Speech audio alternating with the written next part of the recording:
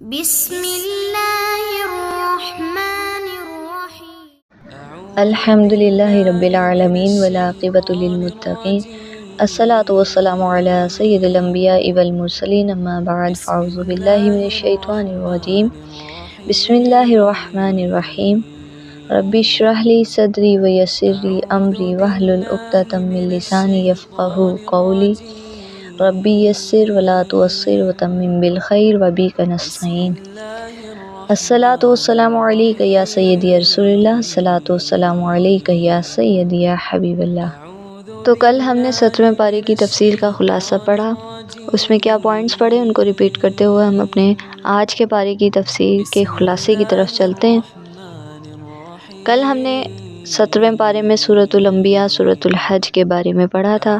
سورۃ الانبیاء میں ہم نے پڑھا تھا قیامت کے حوالے سے، انبیاء کرام کے واقعات کے حوالے سے، حضرت زکریا علیہ السلام کی دعا جس پر حضرت یحییٰ علیہ السلام کی ولادت ہوئی، تمام امتوں کا اللہ کے سامنے حاضر ہونا، نیک اعمال والوں کے لیے جنت اور ظالموں کے لیے عذاب کے حوالے سے پڑھا تھا۔ اور سورۃ الحج میں ہم نے قیامت اور انسان کی بے بسی کے بارے میں پڑھا تھا، قیامت کا ہولناک منظر اور حج کے احکامات پڑھے تھے، حج کی فرضیت، فضائل بیان کیے تھے۔ یعنی اللہ تعالیٰ نے سورۃ الانبیاء میں قیامت، انبیاء کی آزمائش، صبر اور اللہ کی قدرت بیان فرمائی، اور سورۃ الحج میں حج کے احکام، قیامت اور دین کی سربلندی کا ذکر فرمایا۔ تو آج ہم پڑھتے ہیں 18ویں پارے کی تفسیر کا خلاصہ۔ 18ویں پارے کا نام قد افلح۔ سورۃ المؤمنون، سورۃ الفرقان اس میں موجود ہے، اور ان کے ساتھ سورۃ النور بھی اسی پارے میں موجود ہے۔ یہ پارہ سورۃ المؤمنون، سورۃ النور، سورۃ الفرقان پر مشتمل ہے۔ اس میں ایمان، اعمال صالحہ یعنی نیک اعمال، شرک کی مذمت، نبی کریم صلی اللہ علیہ وآلہ وسلم کی نبوت اور اللہ کی رحمت کا بیان ہے۔ سورۃ المؤمنون کی ٹوٹل آیات 118 ہے، اور سورۃ النور کی 64 آیات ہیں، سورۃ الفرقان کی 77 آیات ہیں۔ سب سے پہلے سورۃ المؤمنون کے بارے میں پڑھیں گے۔ سورۃ المؤمنون میں آیت نمبر 1 to 11 تک میں اللہ تعالیٰ نے مومنوں کی کامیابی کے بارے میں ذکر فرمایا، بتایا کہ کامیاب مومن وہ ہے جو خشوع و خضوع کے ساتھ نماز پڑھے، زکوٰۃ دے، برائیوں سے بچے، ان کے لیے جنت الفردوس کی بشارت ہے۔ یعنی مومنوں کی جو کامیاب مومن ہیں ان کی بشارت دی گئی، ان کی نشانیاں بتائی گئیں کہ ان کی کیا نشانی ہے۔ خشوع و خضوع کے ساتھ نماز پڑھنا، بری باتوں سے پرہیز کرنا، زکوٰۃ ادا کرنا، پاک دامنی اختیار کرنا، امانتوں اور وعدوں کی پاسداری کرنا، نماز کی حفاظت کرنا، ایسے مومنوں کے لیے جنت الفردوس کی بشارت دی گئی۔ اسی سورت کی آیت نمبر 12 to 50 تک میں اللہ تعالیٰ نے انسان کو تخلیق کرنے کا مرحلہ بیان کیا۔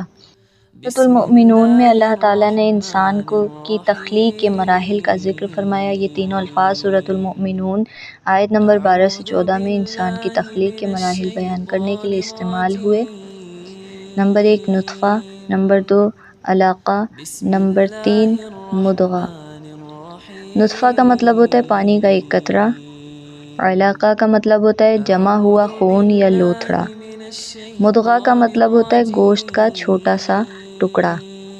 یہ تینوں مراحل قرآن میں انسانی تخلیق کی سائنسی حقیقت کی وضاحت کرتے ہیں، جو جدید طب سے بھی مطابقت رکھتی ہے، اور اللہ تعالیٰ نے ان مراحل سے بیان فرمایا کہ اللہ تعالیٰ نے انسان کو کس طرح تخلیق فرمایا۔ ایک پانی کے قطرے سے انسان کے تخلیقاتی مراحل شروع ہوئے، پھر حضرت نوح علیہ السلام، حضرت ہود علیہ السلام، حضرت موسیٰ علیہ السلام اور دیگر انبیاء کے واقعات بھی اس میں موجود ہیں۔ پھر اسی سورت کی آیت نمبر 51 to 90 تک میں اللہ تعالیٰ نے مجرموں کی علامات کا ذکر فرمایا اور انجام بیان فرمائے۔ سورۃ المؤمنون میں مجرموں کی کچھ نشانیاں موجود ہیں۔ نمبر 1 حق کو جھٹلانا اور تکبر کرنا، نمبر 2 دنیاوی زندگی میں مست رہنا اور آخرت کو بھول جانا، نمبر 3 سرکشی اور اللہ کی نافرمانی کرنا۔ نمبر 4 قیامت کا انکار کرنا اور عذاب کو نہ ماننا۔ نمبر 5 جہنم میں جانے والوں کی پکار اور انجام۔ سورۃ المؤمنون میں مجرموں کی یہ نشانیاں ہمیں نصیحت دیتی ہیں کہ ہم اللہ تعالیٰ کے احکامات کو مانیں، تکبر نہ کریں، آخرت کی فکر کریں اور نیک لوگوں کا مذاق اڑانے کے بجائے خود بھی نیکی کی راہ پر چلیں۔ اللہ تعالیٰ ہمیں ان نشانیوں سے بچنے اور نیک لوگوں میں شامل ہونے کی توفیق عطا فرمائے اور نیک عمل کرنے کی توفیق عطا فرمائے۔ انہی آیات میں مشرکین کے جھوٹے معبودوں کی تردید کی گئی اور قیامت کے دن کافروں کا انجام بیان کیا گیا۔ سورۃ المؤمنون کی آیت نمبر 91 to 118 میں آخرت کی حقیقت بیان کی گئی، یعنی بتایا گیا کہ قیامت کے دن کسی کی چھوٹ نہیں ہوگی، نیک لوگ کامیاب ہوں گے اور کافر ناکام ہوں گے۔ اس کے بعد 18ویں پارے میں سورۃ النور کی ابتدا ہوتی ہے۔ سورۃ النور کی 64 آیات ہیں۔ آیت نمبر 1 to 10 میں اللہ تعالیٰ نے زنا اور تہمت کے احکام بیان فرمائے۔ زنا کی سزا 100 کوڑے، جھوٹی تہمت لگانے والوں کے لیے سخت سزا۔ اسی صورت میں سورۃ النور کی آیت نمبر 11 to 26 تک میں حضرت عائشہ رضی اللہ تعالی عنہا پر بہتان اور برات بھی بیان کی گئی۔